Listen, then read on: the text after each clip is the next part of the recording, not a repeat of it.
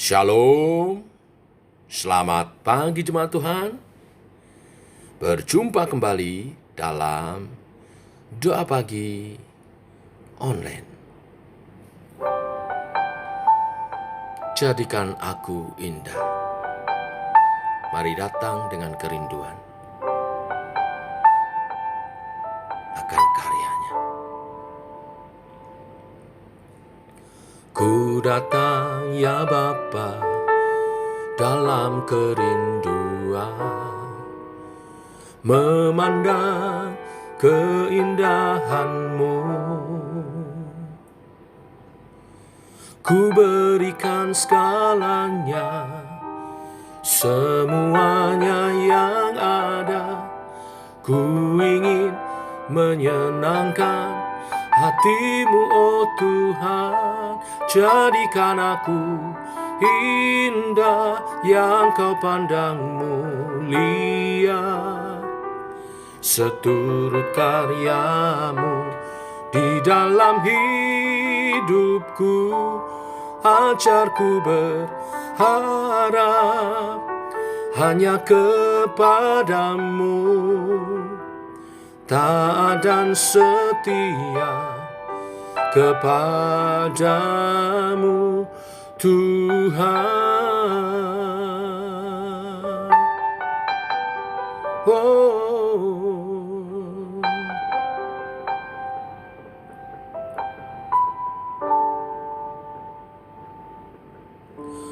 Ku datang ya Bapa dalam kerinduan, memandang keindahan-Mu. Ku berikan segalanya, semuanya yang ada. Ku ingin menyenangkan hati-Mu, oh Tuhan. Jadikan aku indah yang Kau pandang mulia, seturut karya-Mu di dalam hidupku.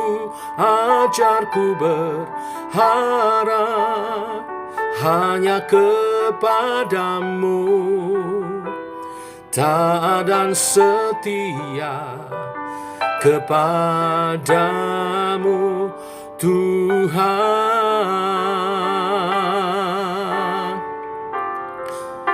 Ku ingin lebih lagi akan kasih sayang-Mu, hidup dalam rencana-Mu ya Tuhan. Jadikan aku indah yang Kau pandang mulia, seturut karya-Mu di dalam hidupku. Ajarku berharap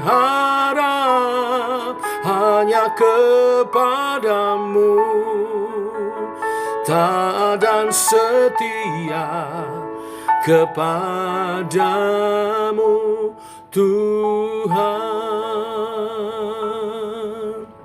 Taat dan setia kepadamu,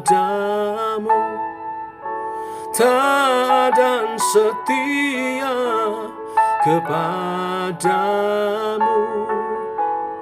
taat dan setia kepadamu Tuhan.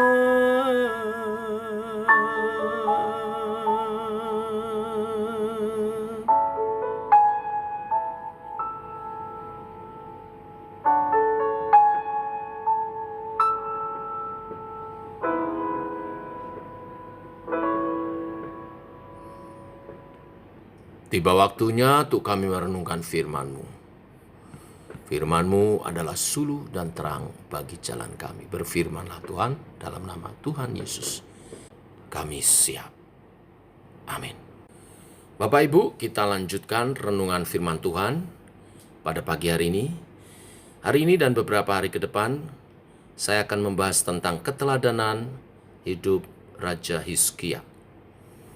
Hari ini 2 Tawarikh 29 ayat 1-36. Demikian firman Tuhan. Hizkia berumur 25 tahun pada waktu ia menjadi raja, dan 29 tahun lamanya ia memerintah di Yerusalem. Nama ibunya ialah Abia, anak Zakaria. Ia melakukan apa yang benar di mata Tuhan, tepat seperti yang dilakukan Daud, bapa leluhurnya. Pada tahun pertama pemerintahannya, dalam bulan yang pertama, ia membuka pintu-pintu rumah Tuhan dan memperbaikinya. Ia mendatangkan para imam dan orang-orang Lewi dan mengumpulkan mereka di halaman sebelah timur. Katanya kepada mereka, "Dengarlah, hai orang-orang Lewi, sekarang kuduskanlah dirimu dan kuduskanlah rumah Tuhan Allah nenek moyangmu. Keluarkanlah kecemaran dari tempat kudus, karena nenek moyang kita telah berubah setia. Mereka melakukan apa yang jahat di mata Tuhan, Allah kita. Telah meninggalkannya. Mereka telah memalingkan muka dari kediaman Tuhan dan membelakanginya. Bahkan mereka menutup pintu-pintu balai rumah Tuhan dan memadamkan segala pelita. Mereka tidak membakar korban ukupan dan tidak mempersembahkan korban bakaran bagi Allah orang Israel di tempat kudus. Sehingga murka Tuhan menimpa Yehuda dan Yerusalem. Ia membuat mereka menjadi kengerian, kedahsyatan, dan sasaran suitan seperti yang kamu lihat dengan matamu sendiri. Karena hal itulah nenek moyang kita tewas oleh pedang, dan anak-anak lelaki dan anak-anak perempuan kita beserta istri-istri kita menjadi tawanan. Sekarang aku bermaksud mengikat perjanjian dengan Tuhan Allah Israel, supaya murkanya yang menyala-nyala itu undur daripada kita. Anak-anakku, sekarang janganlah kamu lengah, karena kamu telah dipilih Tuhan untuk berdiri di hadapannya, untuk melayani Dia, untuk menyelenggarakan kebaktian dan membakar korban baginya. Lalu bangunlah orang-orang Lewi itu, yakni dari Bani Kehat, Mahat bin Amasai, dan Yoel bin Azaria dari Bani Merari, Kis bin Abdi, dan Asaria bin Yehalelel dari orang Gerson, Yoah bin Sima, dan Eden bin Yoah. Dari Bani Elisafat, Simri dan Yeiel. Dari Bani Asaf, Zakaria dan Matanya. Dari Bani Heman, Yehiel dan Simei. Dan dari Bani Yedutun, Semaya dan Uziel. Mereka mengumpulkan saudara-saudaranya dan menguduskan dirinya. Kemudian mereka datang menurut perintah raja, sesuai dengan firman Tuhan, lalu mentahirkan rumah Tuhan. Sesudah itu masuklah para imam ke bagian dalam rumah Tuhan untuk mentahirkannya. Semua yang najis yang didapati mereka di dalam bait Tuhan dibawa ke pelataran rumah Tuhan. Orang-orang Lewi menerimanya untuk diangkut keluar ke lembah Kidron. Pekerjaan pengudusan itu dimulai pada tanggal 1 bulan yang pertama. Pada hari ke-8 bulan itu, mereka sampai ke balai rumah Tuhan dan menguduskan seluruh rumah Tuhan dalam 8 hari. Mereka selesai pada hari ke-16 bulan pertama. Lalu masuklah mereka menghadap Raja Hizkia dan berkata, "Kami telah mentahirkan seluruh rumah Tuhan, juga mezbah korban bakaran dengan segala perkakasnya, dan meja roti sajian dengan segala perkakasnya, dan segala perkakas yang dibuang Raja Ahaz ketika ia berubah setia pada masa pemerintahannya, telah kami sediakan dan kami kuduskan. Sekarang semuanya itu ada di depan mezbah Tuhan." Maka pagi-pagi Raja Hizkia mengumpulkan pemimpin-pemimpin kota dan pergi ke rumah Tuhan. Mereka membawa 7 ekor lembu jantan, 7 ekor domba jantan, 7 ekor domba muda, dan 7 ekor kambing jantan sebagai korban penghapus dosa untuk keluarga raja, untuk tempat kudus dan untuk Yehuda. Ia memerintahkan anak-anak Harun, yakni para imam, untuk mempersembahkannya di atas mezbah Tuhan. Lalu mereka menyembelih lembu-lembu itu. Para imam menerima darahnya dan menyiramkannya pada mezbah. Kemudian mereka menyembelih domba-domba jantan dan menyiramkan darahnya pada mezbah. Sesudah itu mereka menyembelih domba-domba muda dan menyiramkan darahnya pada mezbah. Selanjutnya mereka membawa kambing-kambing jantan yang akan menjadi korban penghapus dosa ke hadapan raja dan jemaah. Mereka meletakkan tangannya ke atas kambing-kambing itu, dan para imam menyembelihnya dan mempersembahkan darahnya di atas mezbah sebagai korban penghapus dosa untuk mengadakan pendamaian bagi seluruh Israel. Sebab raja telah memerintahkan untuk mempersembahkan korban bakaran dan korban penghapus dosa itu bagi seluruh Israel. Ia menempatkan orang-orang Lewi di rumah Tuhan dengan ceracap, gambus, dan kecapi, sesuai dengan perintah Daud dan Gad, pelihat raja dan Nabi Nathan. Karena dari Tuhanlah perintah itu dengan perantaraan nabi-nabinya. Maka berdirilah orang-orang Lewi dengan alat-alat musik Daud, demikianlah pula para imam dengan nafiri. Lalu Hizkia memerintahkan untuk mempersembahkan korban bakaran di atas mezbah. Pada saat persembahan korban bakaran dimulai, mulailah pula dinyanyikan nyanyian bagi Tuhan dan dibunyikan nafiri dengan iringan alat-alat musik Daud, Raja Israel. Seluruh jemaat sujud menyembah sementara nyanyian dinyanyikan dan nafiri dibunyikan. Semuanya itu berlangsung sampai korban bakaran habis terbakar. Sehabis korban bakaran dipersembahkan, raja dan semua orang yang hadir bersama-sama dia berlutut dan sujud menyembah. Lalu Raja Hizkia dan para pemimpin memerintahkan orang-orang Lewi menyanyikan puji-pujian untuk Tuhan dengan kata-kata Daud dan Asaf, pelihat itu. Maka mereka menyanyikan puji-pujian dengan sukaria, lalu berlutut dan sujud menyembah. Kemudian berbicaralah Hizkia, "Sekarang kamu telah mentapiskan dirimu untuk Tuhan. Mendekatlah dan bawalah korban-korban sembelihan dan korban-korban syukur ke rumah Tuhan." Lalu jemaah membawa korban-korban sembelihan dan korban-korban puji-pujian. Setiap orang yang rela hati membawa juga korban-korban bakaran.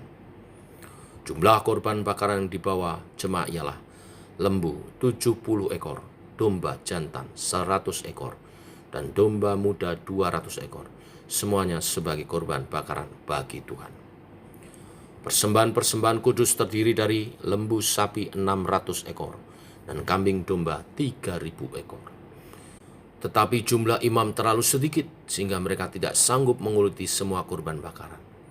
Oleh sebab itu saudara-saudara mereka, orang-orang Lewi, membantu mereka sampai pekerjaan itu selesai dan sampai para imam menguduskan dirinya. Sebab orang-orang Lewi itu lebih bersungguh-sungguh menguduskan dirinya daripada para imam. Lagi pula korban bakaran itu banyak, dengan segala lemak korban keselamatan dan segala korban curahan pada korban-korban bakaran itu. Demikianlah ibadah di rumah Tuhan ditetapkan kembali.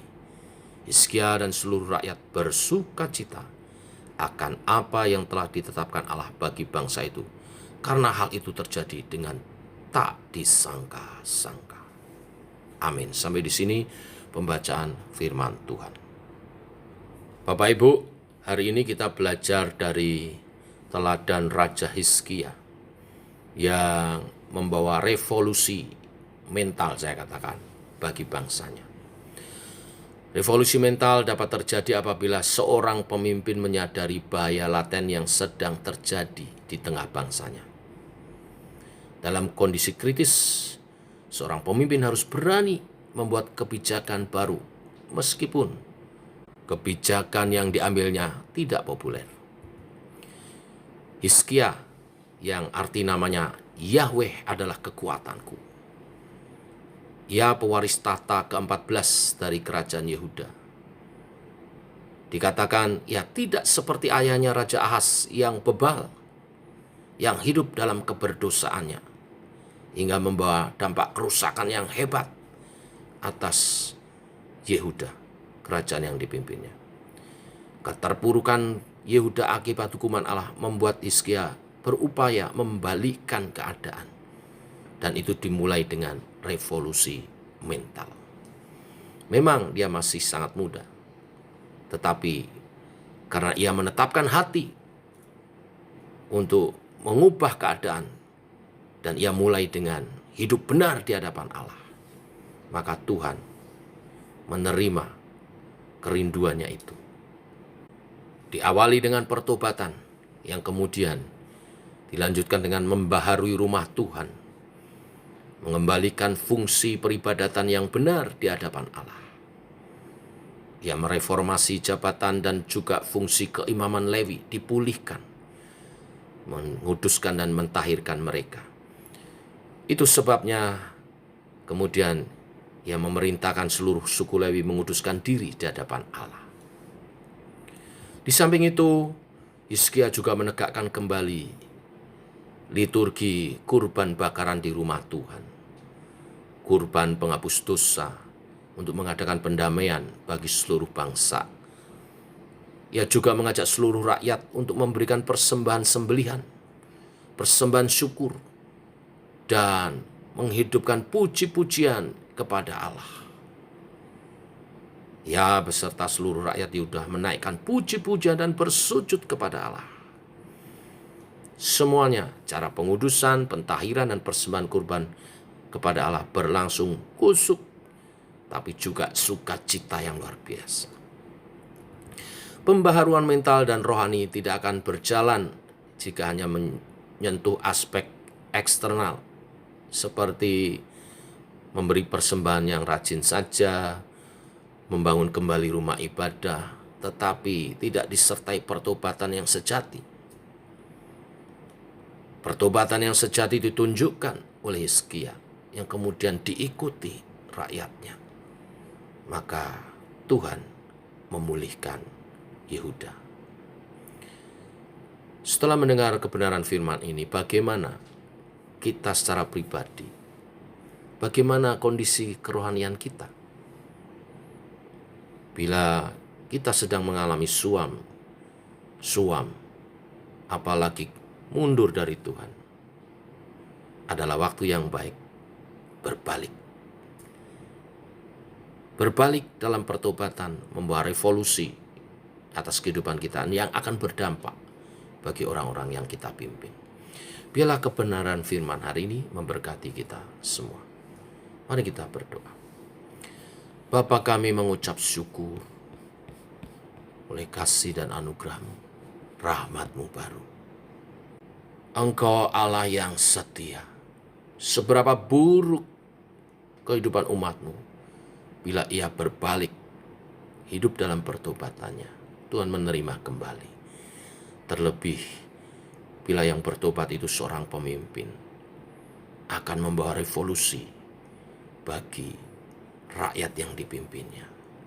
Seperti Hizkia menjadi teladan kami pagi ini, berani mengambil keputusan yang tidak populer di tengah umatnya, karena menyadari keterpurukan umatnya karena menjauhkan diri dari Tuhan, tidak hidup sesuai firman Tuhan. Maka ia membawa revolusi mental atas bangsanya, memulainya dengan pertobatan, yang kemudian memerintahkan kepada orang-orang Lewi, para imam, untuk menguduskan diri dan mulai membangun ibadah yang sejati. Biar hidup kami memuliakan Tuhan dengan ibadah-ibadah kami, yang kami lakukan dengan ketulusan hati, didasari pertobatan kerinduan, memuliakan Tuhan, berbalik dan taat kepada Tuhan. Berkatilah umat-Mu Tuhan, menjalani hari-harinya bersama dengan Tuhan. Dalam nama Tuhan Yesus, kami berdoa, kami bersyukur. Amin. Demikian saudara, doa pagi kita. Selamat pagi, selamat berjalan bersama dengan Tuhan. Shalom.